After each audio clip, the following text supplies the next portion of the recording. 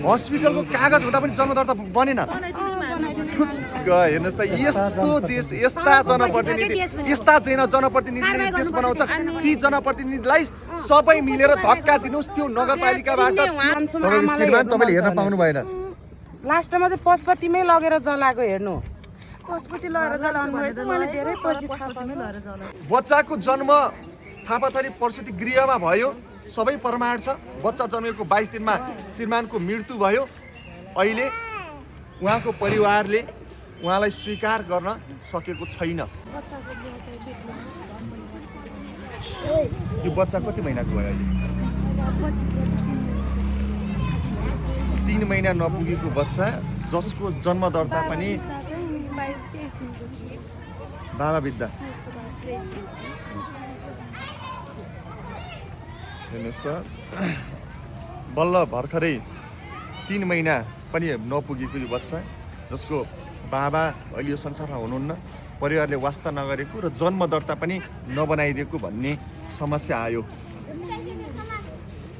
के भनेर पठायो परिवारले?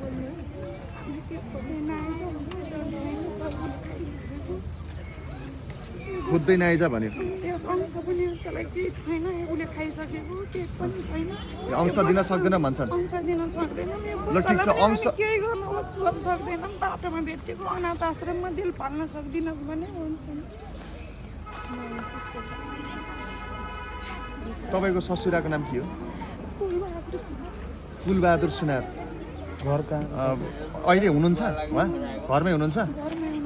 घर ठ्याक्कै कुन ठाउँ भन्नु? नवलपरासी बर्दघाट जमुनिया वडा नम्बर 12। वडा अध्यक्षको नाम के हो? थाहा छैन। वडा नम्बर 12। ए कसैले पनि न्याय दिएनन्? ल हेर्नुहोस् लाजा मर्नु अवस्था। हेर्नु त यो बच्चा जो 3 महिनाको अझै पनि पुगिसकेको छैन। आफ्नो बाबा गुमाइसकेको छ यो बच्चाले। ल हेर्नुहोस् उहाँ नगरपालिका पुग्नुभयो, वडामा पुग्नुभयो, स्थानीय सरकार जनताको सरकार भन्छन्। तर हेर्नुहोस् जसले शासन गर्छन् नि, शासन गर्ने शासकहरू खतम भयो भने स्थानीय सरकारको पनि काम छैन, केन्द्रीय सरकारको पनि काम छैन। हेर्नुहोस् हामी स्थानीय सरकार अथवा जनप्रतिनिधि जनता अनुकूल हुनुपर्छ भन्छौँ, तर जनताको समस्या नबुझ्ने नेताहरू भएको कारणले गर्दा देश बिग्रिएको छ। यो भन्न चाहिँ म डराउँदिनँ कहिले पनि। र यहाँ यो के हो? के कागज देखाउनु हो तपाईँले मलाई?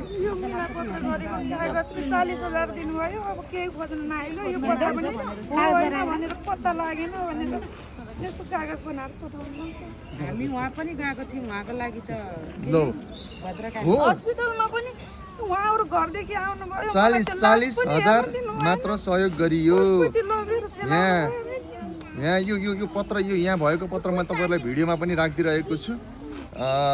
यो सबै कुराहरू मैले पढिनँ, अलिकति चाहिँ पढ्छु। कानुनी रूपमा सामाजिक रूपमा कुनै आधार प्रमाण नभेटिएपछि पीडित अमृता भण्डारी र नवजात शिशुको अवस्थामा मध्यनजर गरी संस्था र व्यक्तिबाट चन्दा सङ्कलन गरी आर्थिक सहयोग स्वरूप रु 40,000 मात्र सहयोग गरियो। यो सहयोग चाहिँ कसले गरेको हो? चन्दा सङ्कलन गरेर भनेको बर्दघाट नगरपालिका वडा नम्बर 4 बस्ने बर्दघाट उद्योग वाणिज्य सङ्घको सल्लाहकार प्रतिनिधि कुलकुमारी गिरीले। यहाँ यो के हो? यो कागज गराउने मान्छेतिर एकदमै ध्यान जाओस्। नेपालमा साँच्चीकै नेताहरू असल नेताहरू छन् र कानुन छ भने यो कागज बनाउने मान्छेको हो। अहिले भर्खर कानुनी दायरामा ल्याउन जरुरी छ। एउटा बच्चा जसले भर्खरै आफ्नो बुवा गुमाएको छ, ओयाल पनि राम्रोसँग गर्न सक्दैन होला, आमा पनि भन्न सक्दैन बिचारो राम्रोसँग। कि अहिले त 3 महिनाको बच्चा त भइहाल्यो होइन?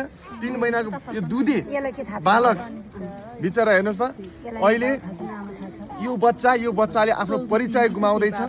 यो बच्चाको न्यायका लागि भए पनि दर्शक सबैजना एकजुट हुनु जरुरी छ। विशेष गरी म के भन्न चाहन्छु भने नवलपरासी बर्दघाट वडा नम्बर 4 भन्नु तपाईँले 12, तपाईँको चाहिँ 12 हो। वडा नम्बर 12 नवलपरासी बर्दघाट वडा नम्बर 12 बस्नुहुने जति पनि त्यहाँका स्थानीय बासिन्दाहरू हुनुहुन्छ आजै जानुहोस्। आजै नगरपालिकामा एउटा यो बच्चाको लागि भए पनि आजै यो बच्चाको लागि भए पनि यो बहिनीको लागि भए पनि त्यहाँका स्थानीयहरू आजै जानुहोस्, झकझगाउनुहोस्, त्यो नगरपालिकामा त्यो वडामा झकझगाउनुहोस्। किनभने आज यो बच्चामाथि जुन अन्याय भइरहेको छ भोलि तपाईँहरूको बच्चामाथि त्यो अन्याय नहोस्। सबैलाई बाँच्न पाउने अधिकार छ, सबैलाई यो धरतीमा जिउने अधिकार छ। यो नेपालमा नेपाली भएर बाँच्न पाउने अधिकार हरेक नेपालीलाई छ। आज उहाँलाई मात्रै होइन, यो बहिनीलाई मात्रै होइन, बहिनीको नाम के हो? अमृता भण्डारी। अनि तिम्रो बिहे भएको चाहिँ के भन्छ नि श्रीमानको नाम? हेमराज सुनार। अनि के भएर बित्नु भएको उहाँ चाहिँ? पेट दुखेर ग्यास्ट्रिक भयो भनेर भन्नुभयो। हस्पिटल लग्दाखेरि कलेजा मुटु सबै खाइसकेछ, अहिले दक्सी खानु हुँदो रहेछ। तपाईँहरू कहाँ बस्नुहुन्थ्यो त्यति बेला? यहीँ बस्नुहुन्थ्यो? तपाईँहरू साथीहरू हुन्छ? सबैजना साथी हुनुहुन्छ नि? हेर्नुहोस्, म अहिले यति बेला काठमाडौँको नयाँ बस पार्कको यो बुङ्गबुमा छु। उहाँको श्रीमानलाई चाहिँ चिनेको थियो। उहाँको श्रीमानले चाहिँ मेरो बुढीसँग डिभोर्स भइसक्यो भन्नुभएको थियो होइन, बालबच्चा पनि छ भन्नुभएको थियो। तर उहाँले डिभोर्स भइसक्यो, उहाँलाई चाहिँ दुईजना एकदम राम्रो गरेर बसेर खाइरहनु भएको थियो, गर्नु पनि भएको थियो।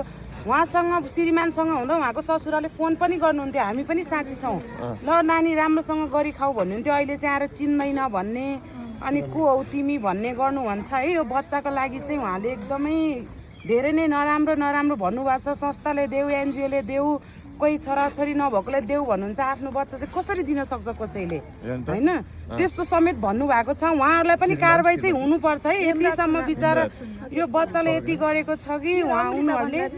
अनि हामी सबैजना साथी छौँ, उहाँहरू यहाँ बसेको यो टोलमा पसलमादेखि लिएर खाने यसको श्रीमान बित्दाखेरि हामी यो टोलका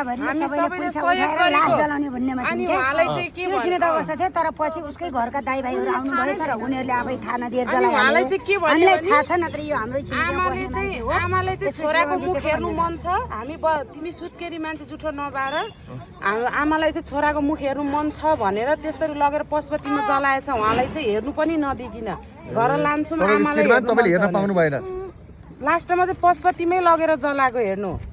पशुपति लगेर जलाउनु भएछ। मैले धेरै पछि थाहा पाएँ लगेर जलाएको। अनि अहिले उहाँ जाँदा वडामा उहाँलाई झिकाइदिनु, उहाँको घरको मान्छे भन्दाखेरि झिकाइदिनु भयो। अनि कुरा गर्दाखेरि हामीले थाहा न किन सम्पत्ति खान आएको त, अहिले क्रियाकाज गर्न किन आइनस्, सम्पत्ति खान आइस् भनेर भन्नुभयो सासूले। त्यो बच्चालाई जसरी जन्म त तपाईँ यसको घाँस बाँस कपासको व्यवस्था गर्नु पर्यो नि त होइन। बाउ नभए पनि बाउको शाखा सन्तान त होला नि। अब त्यो ठाउँमा असल भन्ने छ। यो कागज कुन आधारमा बन्यो, यो कागजमाथि पनि छानबिन हुनुपर्छ। एउटा बच्चा भर्खरै जन्मिएको बच्चा यो धरतीमा पाइला टेक्न पनि अझै नपाएको यो बच्चामाथि जुन अन्याय हुँदैछ नि, साँच्चीकै त्यो मान्य छैन। असल जनप्रतिनिधि छन् यो देशमा भने यो बहिनीलाई न्याय दिनुपर्छ, यो बच्चालाई न्याय दिनुपर्छ। म यही माग गर्न चाहन्छु। बच्चा छोरा कि छोरी है बिचरा हेर्नु त भर्खरको। अनि यो तपाईँको छोरी जन्मिएको कति दिनमा बितेको? 22 दिनमा श्रीमान बितेको। अन्त छोरीको जन्म गराएको 22 दिनमा श्रीमान त हो र। अनि तपाईँको श्रीमानले त मजाले देख्न पाउनु भयो नि होइन बच्चालाई त? यहीँ जन्माउनु भएको हो? थापातोली हस्पिटलमा जन्माएको। अनि त्यो हस्पिटलको कागजमा बुवाको नाम छ? ल हेर्नुहोस्, हस्पिटलको कागजमा बुवाको नाम छ। तपाईँ हस्पिटलको कागज छ तपाईँसँग? छ। यो मोबाइलमा पनि छ? ल ओके, म यो भिडियो पनि राखिदिन्छु। हेर्नुहोस्, अब यो भन्दा प्रमाण अरू के चाहियो? ल हस्पिटलको कागज हुँदा पनि जन्म दर्ता बनेन। हेर्नुहोस् त, यस्तो देश, यस्ता जनप्रतिनिधिले देश बनाउँछ। ती जनप्रतिनिधिलाई सबै मिलेर धक्का दिनुहोस् त्यो नगरपालिकाबाट, त्यो वडाबाट नि। ठुला नेताको हात छ तिमीलाई त नानी, उनीहरूले उ गर्छ सबै चिनेका। पुलिस पनि आएर सर नमस्ते भने अरे उनीहरूलाई, उसको कुरा चाहिँ सुनेन उहाँनिर। यो देशमा नि गरिब र यो देशमा गरिब अनि आर्थिक अवस्था कम भएको मान्छे, दलित मान्छे, यिनी व्यक्तिहरू एकदमै, यी समुदायहरू एकदमै बढी हेपिनु परेको छ। देशमा कानुन छ भनिन्छ तर कहाँ छ कानुन? दर्शकवृन्द, कहाँ छ कानुन? खै अलि यता आउनुहोस्। उहाँ सुत्केरी भर्खरै हेर्नुहोस् त, उहाँको बच्चा समात्नु, तपाईँले समाउनु अलि टाढो। दर्शकवृन्द हेर्नुहोस् त, अहिले कति 2.5 महिना भयो बच्चा। हेर्नुहोस् त दर्शकवृन्द, 2.5 महिनाको सुत्केरी हुनुहुन्छ उहाँ बहिनी। बच्चा काखैमा छ। बच्चाको जन्म थापाथली प्रसुति गृहमा भयो, सबै प्रमाण छ। बच्चा जन्मेको 22 दिनमा श्रीमानको मृत्यु भयो। अहिले उहाँको परिवारले उहाँलाई स्वीकार गर्न सकेको छैन। प्रमाण छ सबै चिज, बच्चा जन्मिएको प्रमाण छ सबै चिज। श्रीमानले जुन 22 दिनसम्म आफ्नो बच्चालाई पनि स्याहार सुसार गरे, त्यो पनि प्रमाण छ। श्रीमानसँग यही ठाउँमा बसेको यो सबै स्थानीयहरूको प्रमाण छ। तर तँलाई म अधिकार दिन सक्दैन, तँलाई म राख्न सक्दैन, यो बच्चाको जन्म दर्ता मैले बनाउन सक्दैन भनेर घरकाले निकाले, धक्का दिएर निकाले। अहिले उहाँ बस पार्कमा हुनुहुन्छ, काटाहरू बसिरहेका छन्। यो घटना नवलपरासीको बर्दघाट वडा नम्बर 10 को हो, 12 होइन। यो घटना नवलपरासी बर्दघाट वडा नम्बर 12 को हो। वडा नम्बर 12 का ती जनप्रतिनिधिहरू थु भन्न चाहन्छु, तिमीहरूलाई म थु भन्न चाहन्छु। सबै पनि हान्नुहुन्छ। यहाँका सबै स्थानीयहरूले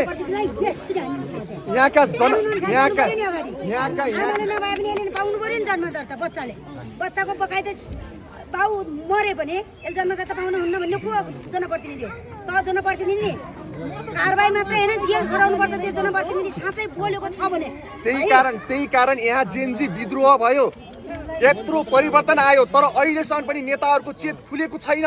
वडा नम्बर 12 मैले फेरि पनि भनिरहेको छु, नवलपरासी बर्दघाट नगरपालिका हो। वडा नम्बर 12 का जनप्रतिनिधि, मलाई नाम थाहा छैन को हुन् के हुन्, तर त्यहाँका स्थानीयहरूले खबरदारी गर्नुहोस्। आजै नगरपालिका घेर्नुहोस्। यो बच्चाको लागि आफ्नै बच्चा सरह मानेर बिन्ती छ। म बिन्ती गर्न चाहन्छु, नगरपालिकामा जानुभएछ, महिला समन्वय समिति आयोगमा, बाल आयोगमा, हरेक ठाउँ जानुभएको छ। सबै ठाउँबाट धक्का खाएर अहिले उहाँ बस पार्कमा बसिराख्नु भएको छ। प्रमाण के चाहियो? प्रमाण प्रसुति गृहको कागज छ, हेर्नुहोस्, यो भिडियोमा राखिदिएको छु। प्रमाण यहाँका स्थानीयहरू छन् जसले देखेका छन् उहाँको श्रीमान र उहाँसँगै यही ठाउँमा बसेको बच्चा जन्मिएकोदेखि लिएर हरेक कुराहरूको प्रमाण यहाँ छ। हरेक चिजको प्रमाण छ। प्रमाण के चाहियो? योभन्दा धेरै प्रमाण के चाहियो? जेनजी युवाहरू त्यहाँ जानुस्, एकचोटि त्यो नगरपालिकामा जानुस्, उहाँको लागि, उहाँको न्यायका लागि बोल्नुस्। अहिले भर्खरै बोल्नुस्। यो भिडियोको स्क्रिनमा मैले हाम्रो नम्बर पनि दिएको छु, उहाँको नम्बर पनि दिएको छु। यो भिडियो आइसकेपछि उहाँको परिवारले यदि उहाँलाई दबाब दिन्छ, उहाँलाई धम्की दिन्छ भने खबरदार भन्न चाहन्छु। त्यति बेला तपाईहरुमा हामीले गर्नै पर्छ। ल पिर नगर्नु, हामी छौँ, हामी के गर्नुपर्छ हामी गर्छौँ। अब यो भिडियो हेरिसकेपछि नि त्यहाँका स्थानीयहरूले तपाईँलाई न्याय दिनका लागि पहल गर्छन्। म ढुक्क छु यो कुरामा। जेनजी युवा, जेनजी साथीहरू पनि होला नि त त्यो ठाउँमा। नयाँ वैकल्पिक शक्तिबाट आउने चुनावमा म उम्मेदवार घोषणा गर्छु भनेर घोषणा गरेका पनि त होला नि त। उनीहरूले पनि अब यो बच्चालाई न्याय दिनका लागि त पहल गर्नु पर्यो नि। कुन आधारमा चुनावमा होमिन्छन् उनीहरू? वैकल्पिक शक्ति, राष्ट्रवादीदेखि लिएर अन्य शक्तिहरूबाट पनि उम्मेदवारी, म यहाँको सक्षम उम्मेदवार हुँ भनेर उम्मेदवारी घोषणा गरिरहेका व्यक्तिहरू होला नि त। तिनी पनि त हेरौँ न त, तिनीहरूले कतिको यी बहिनीको लागि, अमृता बहिनीको न्यायका लागि, यो बच्चाको न्यायको लागि, यो छोरीको न्यायका लागि कतिको लड्छन् हेरौँ न त। अब हामीले है, यदि कोही पनि लडेन, कोहीले पनि केही गरेन भने भोजराज थापा छ, टेन्सन नगर्नुहोस्, पिर नगर्नुहोस्। हुन्छ, मसँग भेट गर्नुभयो, भाग्यले संयोगले भेट भयो, जे भयो राम्रो भयो।